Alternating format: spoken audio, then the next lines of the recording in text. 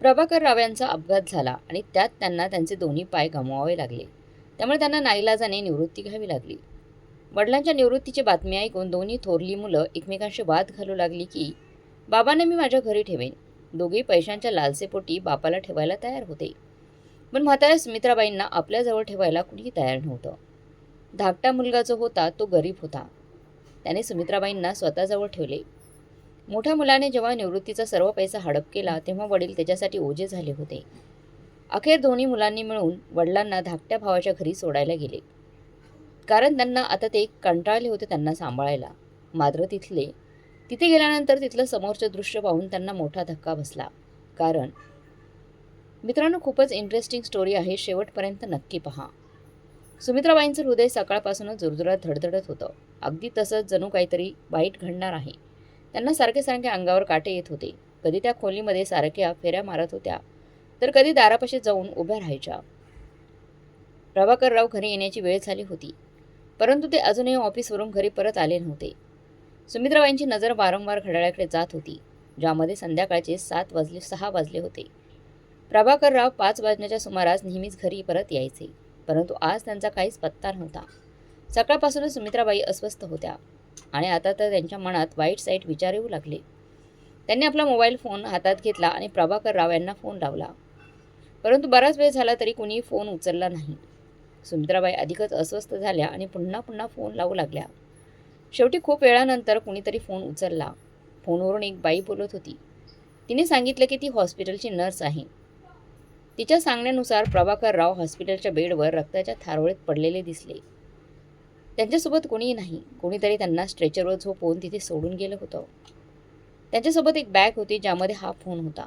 बराच वेळ फोन वाजत होता, म्हणूनच नर्सने तो उचलला होता. हे ऐकताच सुमित्राबाईंच्या पायाखालची जमीनच सरकली. त्या घरामध्ये एकट्याच होत्या. फोन त्यांच्या हातातून निसटून खाली पडला. त्या सोफ्यावर बसल्या, कारण त्यांच्या डोक्याने काम करणं बंद केलं होतं. मग जेव्हा थोडी शुद्ध आली तेव्हा थरथरत्या हातांनी सुमित्राबाईंनी एक एक करून मुलांना फोन लावला आणि नवऱ्याच्या अपघाताची बातमी सांगितली. दोन्ही मोठ्या मुलांनी सरळ सांगितलं की ते ऑफिसच्या कामामध्ये खूप बिझी आहेत. आता ऑफिसमधून बाहेर पडणं त्यांना कठीण आहे. त्यानंतर धाकटा मुलगा महेश बोलू लागला, आई तू तयार राहा, दाराला कुलूप लावून उभी राहा, मी लगेच तुझ्याकडे येतो. हे ऐकता सुमित्राबाईंना थोडा धीर आला. त्यांनी दाराला कुलूप लावलं आणि बाहेर उभ्या राहिला. 15 मिनिटातच महेश मोटरसायकल घेऊन आला. आईला मागे बसवून तो तिला सरकारी हॉस्पिटलमध्ये घेऊन गेला, ज्याचा पत्ता त्या नर्सने सांगितला होता. थोडा वेळ शोधल्यानंतर एका स्ट्रेचरवर प्रभाकरराव त्यांना दिसले. आत्तापर्यंत त्यांच्यावर कोणतेही उपचार सुरू झाले नव्हते, कारण त्यांच्यासोबत कोणीच नव्हतं. सरकारी दवाखान्यात अनेकांनी त्यांना पाहिलं, पण दुर्लक्षित केलं होतं. जेव्हा नवऱ्याला रक्ताच्या थारोळीत पडलेलं पाहिलं तेव्हा सुमित्राबाईंना खूप मोठा धक्का बसला. त्या जोरजोराने ओरडाओरडा करू लागल्या. थोड्या वेळानंतर डॉक्टर आले आणि उपचार सुरू झाले. काही लोकांकडून समजलं की प्रभाकरराव ऑफिसच्या बाहेरचा रस्ता ओलांडत होते, जेणेकरून घरी जाण्यासाठी गाडीत बसू शकतील. त्याचवेळी वेगाने येणाऱ्या ट्रकने त्यांना धडक दिली. त्या धडकेमुळे त्यांच्या डोक्याला जबर दुखापत झाली होती. दुर्दैवाने ते दुसऱ्या एका गाडीखाली गेले आणि त्यांच्या दोन्ही पायांवर ती गाडी गेली. त्यामुळे त्यांचा अपघात झाला आणि त्यांचे दोन्ही पाय निकामी झाले होते. ऑपरेशन सुरू झालं होतं, पाय कापण्यात आले आणि प्रभाकरराव कायमस्वरूपी अपंग झाले. ही बातमी सुमित्राबाईंना एखाद्या मोठ्या संकटासारखी वाटली. त्या पूर्ण वेळ देवासमोर हात जोडून उभ्या होत्या. त्यांच्या डोक्यावरून नवऱ्याची सावली हलू नये अशी त्यांची प्रार्थना होती आणि ती प्रार्थना देवाने ऐकली. प्रभाकररावांचा जीव तर वाचला होता, पण ते आता पुन्हा त्यांच्या पायावर उभे राहू शकत नव्हते. रात्र झाल्यानंतर त्यांची दोन्ही मोठी मुलं दवाखान्यात आली होती. वडिलांची अवस्था पाहून दोघांनी हळहळ व्यक्त केली. सुमित्राबाईंच्या हातावर काही पैसे ठेवले आणि खूप थकलो आहोत असं सांगून पुन्हा घरी परत निघून गेले. परंतु महेश मात्र पूर्ण वेळ दवाखान्यातच राहिला होता. त्याने एक क्षण देखील सुमित्राबाईंना आईला एकटीला सोडलं नव्हतं. त्यांचं एक छोटंसं दुकान होतं, जे घराला लागूनच होतं. त्याने ते दुकान बायकोच्या हवाली केलं होतं आणि स्वतः वडिलांच्या सेवेत रुजू झाला होता. तर थोरली दोन्ही मुलं अगदीच अशिक्षित आणि चांगली नोकरी करणारे होते. त्यामुळेच त्यांनी ऑफिसमध्ये खूप काम आहे आणि खूप थकलो आहोत असा बहाणा सांगून वडिलांच्या कर्तव्यातून स्वतःची सुटका करून घेतली होती. 1 आठवडा प्रभाकरराव दवाखान्यातच राहिले आणि त्या 1 आठवड्यात महेशने त्यांची खूप सेवा केली. मग जेव्हा त्यांना दवाखान्यातून डिस्चार्ज मिळाला तेव्हा महेश त्यांना स्वतःच्या घरी घेऊन गेला. प्रभाकररावांनी त्यांच्या हयातीत तिन्ही मुलांना हिस्से देऊन वेगवेगळं केलं होतं. त्यांची नोकरी खूप चांगली होती, त्यामुळेच त्यांनी तिघांनाही छोटी छोटी घरं बांधून दिली होती. महेश अजूनही त्याच घरात राहत होता, तर दोन्ही मोठी मुलं फ्लॅटमध्ये शिफ्ट झाली होती आणि त्यांनी ती छोटी घरं विकली होती. प्रभाकरराव आणि सुमित्राबाई स्वतः 2 खोल्यांच्या छोट्या घरात राहत होते, परंतु ते भाड्याचं घर होतं. प्रभाकररावांना स्वतःचं घर बांधायचं नव्हतं. त्यांचं म्हणणं होतं की 3-3 मुलांना घरं बांधून दिली आहेत. जेव्हा इच्छा होईल तेव्हा कोणत्याही मुलाकडे जाऊन राहू शकतो, असा विचार करून ते अगदी निर्धास्त झाले होते. परंतु कोणाला माहीत होते की वयाच्या 55व्या वर्षीच अगदी हट्टेकट्टे प्रभाकरराव स्वतःचे पाय गमावून बसतील. ते महेशच्या घरी पोहोचले तेव्हा त्याच्या बायकोने सासू-सासऱ्यांची सेवा करायला सुरुवात केली. सुमित्राबाई देखील सुनेसोबत मिळून त्यांची खूप काळजी घ्यायच्या.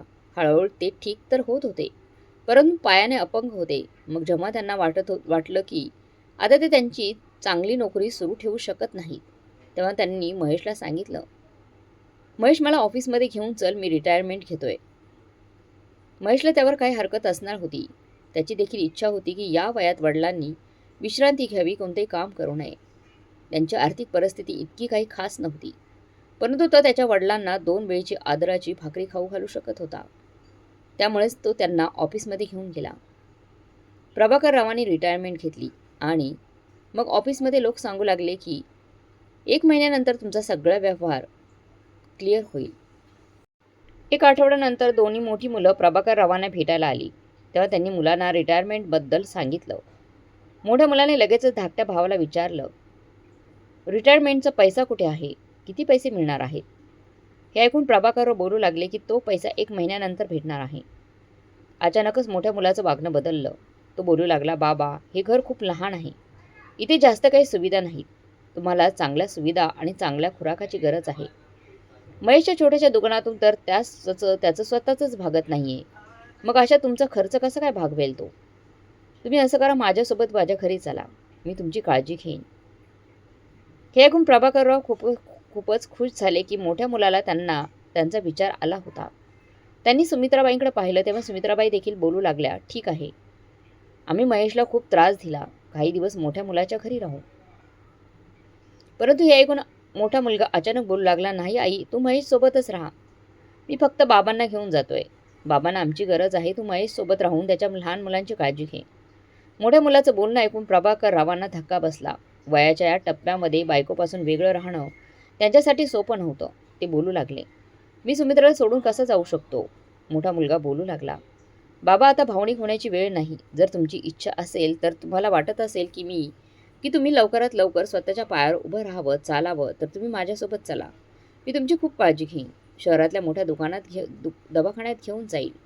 दुसरा मुलगा बोलू लागला, बाबा, तुम्ही माझ्यासोबत चला, मी तुम्हाला नकली पाय लावून देईन. तुम्ही इकडे तिकडे आरामात फिरू शकता. मग आईसोबत पुन्हा तुमच्या घरी जा, परंतु सध्या आईला त्रास देऊ नका. आई महेशसोबत खुश आहे. त्यांच्या मुलांना देखील आईचा खूप लळा लागला आहे. आईचं मन देखील इथेच रमलं होतं. तुम्ही आईची काळजी करू नका. सुरुवातीला सुमित्राबाईंना देखील याची काळजी वाटत होती की ती नवऱ्याशिवाय कशी राहणार. पण तेव्हा तिने ऐकले दोन्ही मोठी मुलं नवऱ्यावर उपचार करून पुन्हा नवऱ्याला त्याच्या पायावर उभं करू इच्छितात, तेव्हा ती खूप खुश झाली. तिनेच प्रभाकररावांना समजावलं, उपचार झाल्यानंतर आपण पुन्हा आपल्या घरी जाऊ. ही सगळी आपलीच मुलं आहेत. मी मुलांसोबत इथे राहीन. तुम्ही विशालच्या मुलांसोबत तुमचं मन रमवा. काही महिन्यांची तर गोष्ट आहे. प्रभाकरराव सुमित्राबाईंनी आग्रह केल्यामुळे तयार झाले, परंतु मग दोन्ही मोठ्या मुलांमध्ये भांडणं सुरू झाली. एक बोलत होता की बाबांवर उपचार करेन, तर दुसरा बोलत होता बाबांवर उपचार मी करेन. प्रभाकरराव हसत बोलू लागले, बघ सुमित्रा, मी किती नशीबवान आहे की माझी मुलं माझ्यावर उपचार करण्यासाठी आपापसात भांडत आहेत. त्यांना वाटत होते की त्यांची मुलं त्यांच्या प्रेमासाठी हे सर्व बोलत आहेत, परंतु त्यांच्या मनामध्ये काय चालू आहे हे तर देवालाच ठाऊक होतं. शेवटी मोठ्या मुलाचा यामध्ये विजय झाला आणि त्याच्या पैशांच्या जोरावर तो प्रभाकररावांना त्यांच्या घरी घेऊन गेला. प्रभाकरराव गेल्यानंतर सुमित्राबाई खूपच उदास झाल्या होत्या, परंतु महेश आणि त्याच्या बायको मुलांना त्यांना अजिबात एकटीला सोडलं नाही. प्रत्येक वेळी आईची काळजी घ्यायची, त्यांच्यासोबत राहायची. महेशची मुलं सुद्धा खूप सभ्य आणि संस्कारी होती. त्यांच्याकडे पैसा नव्हता, पण ती खूप प्रेमळ आणि संस्कारी मुलं होती. आजीची खूप काळजी घ्यायची, तिच्यावर प्रेम करायची. 2 दिवसातच सुमित्राबाईंचं मन तिथे रमलं. परंतु दुसरीकडे प्रभाकरराव मोठ्या मुलाच्या घरी जाऊन काळजीत पडले. विशालच्या बायकोचा स्वभाव खूप खराब होता. ती तर सासऱ्याला पाहून एकदमच रागात आली होती की तुम्ही बाबांना इथे का घेऊन आला आहात? महेशच्या घरी तर ठीक होतं ना, मी इथे का घेऊन आलात? विशालने बायकोला इशाऱ्याने गप्प राहायला सांगितलं आणि बापाला एका छोट्याशा स्टोअरूममध्ये खोलीत नेऊन ठेवलं. मग बाहेरून भांडणाचा आवाज येऊ लागला आणि काही वेळानंतर तो आवाज शांत झाला. प्रभाकर राव निर्दोष असून देखील शरमले होते. त्यांनी असा विचारही केला नव्हता की त्यांच्या सुनेलाही त्यांचं इथे येणं मान्य नसेल. विशालने एक मेल नर्सची व्यवस्था केली होती, जो प्रभाकर रावांच्या सगळ्या गरजा पूर्ण करत होता. परंतु त्यांना खोलीतून बाहेर पडण्यास सक्त मनाई होती. ते पूर्ण दिवस खोलीमध्ये बंद असायचे. कित्येकदा ते विशालसोबत बोलले देखील की मला खोलीच्या बाहेर जायचं आहे. परंतु स्पष्ट नकार द्यायचा. तो बोलायचा, बाबा तुमच्या सुनेचा मूड जरा खराब असतो, त्यामुळे तुम्ही खोलीतच आराम करत राहा. प्रभाकर राव त्या वातावरणाला खूपच घाबरून गेले.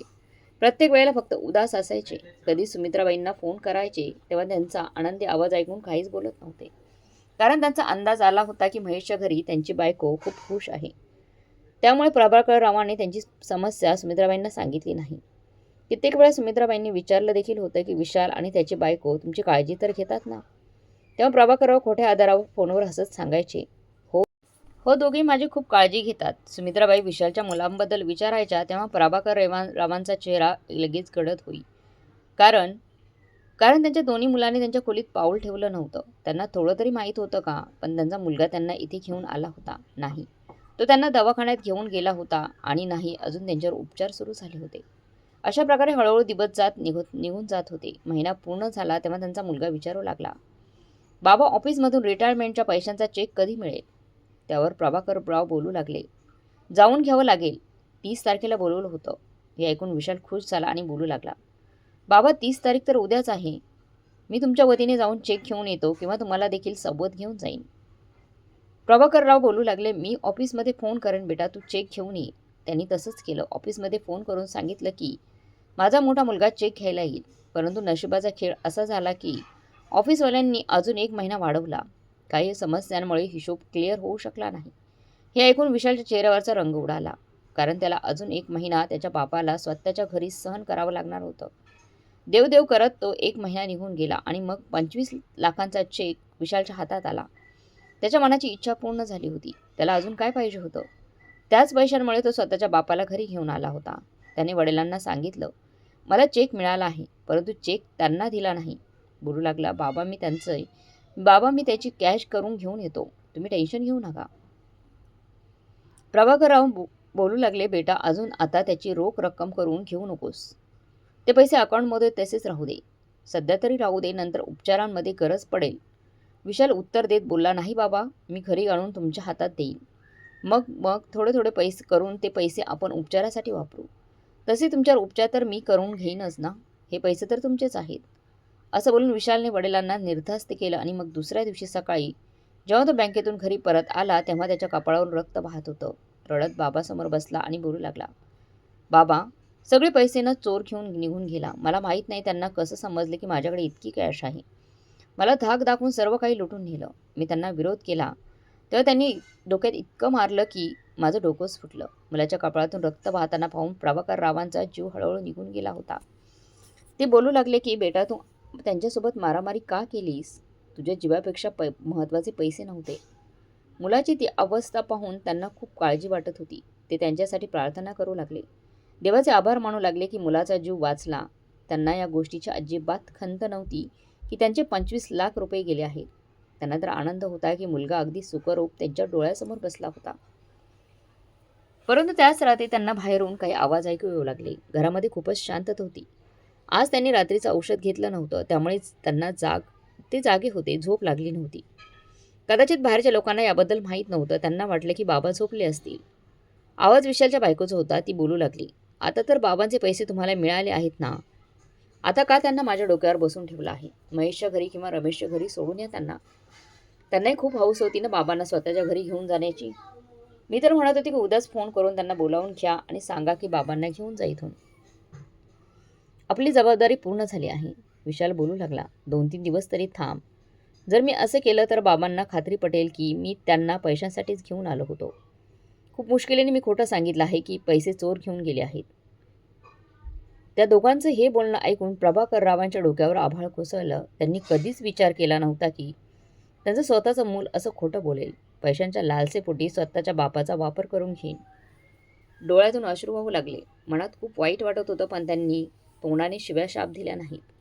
दुसऱ्या दिवशी त्यांच्या सुनीने रमेशला फोन करून बोलावलं. रमेश आला तेव्हा विशाल बोलू लागला, बाबांना तुझ्या घरी ठेव. 1 महिना मी सांभाळला आहे ना, आता 1 महिना तू सांभाळ. मग त्यानंतर महेशची बारी येईल. हे ऐकून रमेश बोलू लागला, बाबांच्या रिटायरमेंटच्या पैशांचं काय झालं? पैसे मिळाले का? विशाल उत्तर देत बोलला, ते तर मी बँकेतून घेऊन येत होतो तेव्हा चोराने ते पैसे पळून नेले. हे ऐकून रमेश जोरजोरात हसू लागला. तो म्हणाला, तुझ्या या शब्दांनी बाबांना तू मूर्खात काढू शकतोस, वेड्यात काढू शकतोस, पण मी वेडा नाही आहे. मला चांगलंच ठाऊक आहे की काही चोरीबिरी झालेलीच नाही. हे पैसे तूच तुझ्याकडे ठेवलेले आहेत. इकडे तिकडे केले असशील तूच ते पैसे. बाबांना तर तू यासाठीच इथे घेऊन आला होतास ना? हे ऐकून विशाल खूपच चिडला. तो बोलू लागला, मग तू बाबांना का घेऊन जाणार होतास? पैशांसाठीच ना? रमेश जरा हडबडला आणि बोलू लागला, नाही नाही, मला तर बाबांची सेवा करायची होती. मला पैशांचं काहीच नव्हतं. विशाल रागात म्हणाला, मग ठीक आहे ना, जा बाबांना घेऊन, भरपूर सेवा कर. पैसे गेलं तर काय झालं मग? बाबा तर आहेत ना. रमेश थोडा विचार करून बोलू लागला, मी नक्कीच घेऊन गेलो असतो, पण माझी बायको आहे, ती यासाठी अजिबात तयार होणार नाही. मी तिला सांगितलं होतं की तुम्ही लोकांनी बोलवलं आहे. तेव्हा ती त्याच वेळेला बोलू लागली की मी तुझ्या वडिलांची सेवा करू शकत नाही. तुम्हाला तर माहीत आहे माझी बायको नोकरी करणार आहे. ती बाबांची काळजी कशी घेणार? रमेशने एकदमच हात वर केले. स्वतःच्या खोलीत अंथरुणावर पडून प्रभाकरराव बाहेरून मुलांचा मोठा आवाज अगदी व्यवस्थित ऐकत होते. डोळ्यातून अश्रू वाहत होते. त्यांनी कधीच विचार केला नव्हता की आयुष्यात ते अशी वेळ पाहतील. ज्या मुलांसाठी त्यांनी त्यांचं तारुण्य घालवलं, त्यांची सर्व जमापुंजी वापरून मुलाला घरं बांधून दिली, तीच मुलं त्यांच्या अपंगत्वात त्यांचा वापर करून घेत होती. रमेशने स्पष्ट नकार दिला होता की तो प्रभाकररावांना घेऊन जाणार नाही. आणि दुसरीकडे विशाल रागावत होता, मग मी बाबांचं काय करू? जेव्हा भांडण वाढू लागले तेव्हा प्रभाकरराव खोलीतूनच जोरात ओरडत बोलू लागले, मला महेशच्या घरी सोडा. मला माझ्या धाकट्या मुलाच्या घरी जायचं आहे. तसेच सुमित्रा तिथे आहे. मला तुम्हा दोघांची गरज नाही. दोघा मुलांनाचा त्रास बापाने स्वतः संपवला होता. त्या दोघांनी वडिलांकडे नजर टाकली आणि त्यांना गाडीत बसवलं. दोघे महेशच्या घरी पोहोचले, जेणेकरून वडिलांना पुन्हा एकदा महेशच्या खांद्यावर टाकू शकतील. परंतु महेशच्या दारावर पोहोचल्यावर त्यांच्या पायाखालची जमीनच सरकली. महेशच्या दाराजवळ एक छोटंसं दुकान असायचं, पण त्या 2 महिन्यात ते दुकान एका खूप मोठ्या सुपर स्टोअरमध्ये रूपांतरित झालं होतं. त्या 2 महिन्यात झालेल्या त्या बदलाने दोन्ही भाऊ अगदी हैराण होऊन गेले. दोघे अगदी हक्काबक्का होऊन गाडीतून खाली उतरले. गाडीतून खाली उतरून प्रभाकररावांना घेऊन आतमध्ये गेले. तेव्हा महेशने देखील पाहिलं. तो देखील दुकान सोडून त्याच्या घरात आला. बाबांना नमस्कार केला, त्यांना पलंगावर बसवलं आणि त्यांची चौकशी करू लागला. वडिलांनी अगदी पाणावलेल्या डोळ्यांनी महेशकडे पाहिलं. हा तोच मुलगा होता जो अभ्यासामध्ये अगदीच ठ होता, ज्याला विसरण्याचा आजार होता, छोट्या छोट्या गोष्टी विसरून जायचा, त्यामुळे कधी पास होऊ शकला नाही. या गोष्टीवरून प्रभाकरराव नेहमी त्याला रागवायचे, ओरडायचे. पण आज तोच मुलगा त्यांना सांगत होता हे सगळं काही विसरून देखील त्याने आपल्या आईवडिलांचे संस्कार विसरला नव्हता. त्याला हिशोब लक्षात होता की नाही माहीत नाही, पण हे नक्कीच माहीत होतं की प्रभाकरराव त्याचे वडील आहेत, त्यांची काय स्थिती आहे आणि त्यांची सेवा करायला पाहिजे. त्याची ती झुकलेली नजर, त्याचा तो आदर पाहून प्रभाकररावांना डोळं कोसळलं.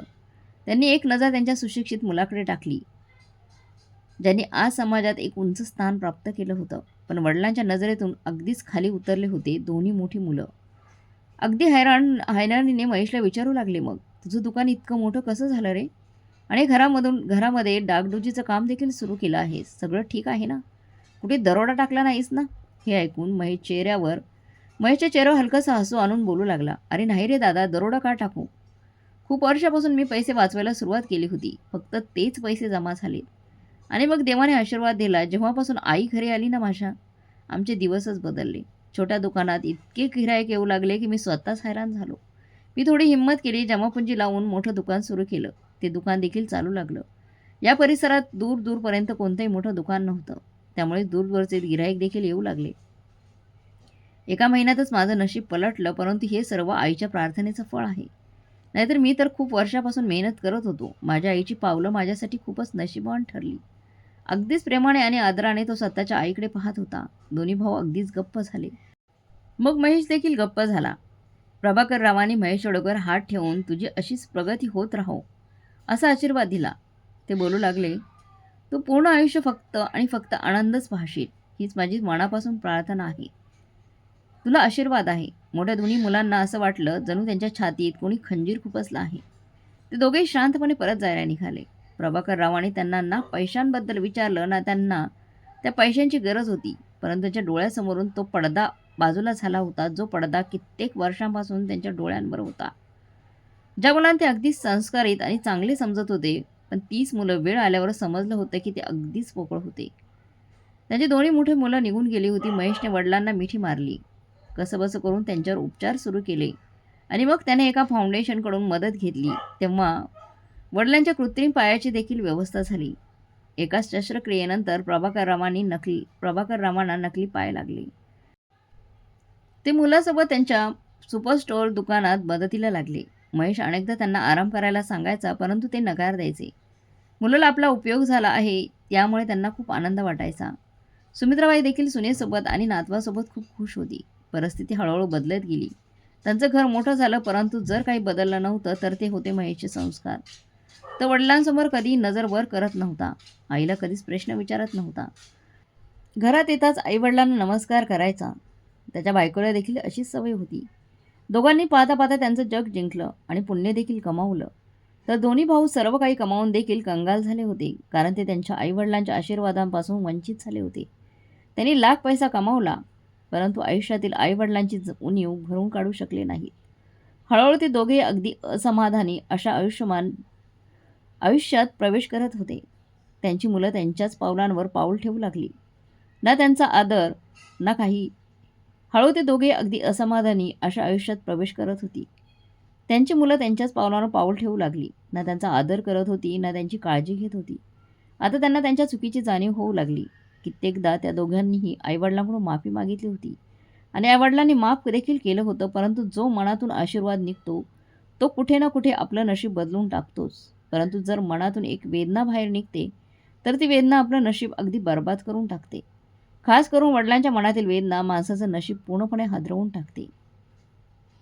त्या एके दिवशी जेव्हा प्रभाकररावांच्या मनातून ती वेदना निघाली होती, त्यामुळे त्यांच्या दोन्ही मुलांच्या जीवनाची शांती अक्षरशः हिरावून घेतली होती. आईवडील जाणून बुजून मुलांना कधीच शिव्या शाप देत नाहीत किंवा त्यांचं वाईट व्हावं असं हे करत नाहीत. ना तोंडातून काही वाईट बोलतात, परंतु जेव्हा त्यांच्या मनातून वेदना निघते तेव्हा ते वेदनेतून मूल कधीच वाचू शकत नाही. त्यामुळे प्रत्येकाने स्वतःच्या आईवडिलांची काळजी घ्यावी. कोणतंच असं काम करू नये ज्यामुळे त्यांची हाय लागेल. तर मित्रांनो, तुमच्या जीवनात तुमच्या आईवडिलांचा आशीर्वाद कसा महत्त्वाचा ठरला आहे आणि त्याचा तुमच्या ध्येयांवर काय प्रभाव पडला आहे, तो तुमचा अनुभव आम्हाला कमेंट्समध्ये नक्की सांगा. आणि हे देखील सांगा की जर तुमच्या जीवनात आईवडिलांचा आशीर्वाद असलाच नसता तर तुमचं जीवन कसं असतं. तुमचे विचार, तुमचं मत कमेंट्सद्वारे नक्की शेअर करा. आणि आजची कथा आवडली असेल तर कथेला लाईक, शेअर, सबस्क्राईब नक्की करा. भेटूया पुढच्या कथेत. तोपर्यंत धन्यवाद.